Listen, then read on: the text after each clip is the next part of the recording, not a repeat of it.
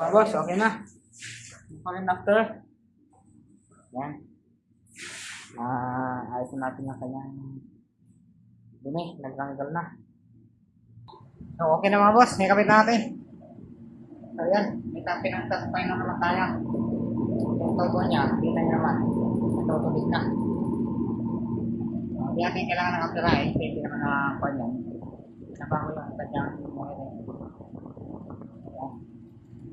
Yan, okay na. Magawa natin.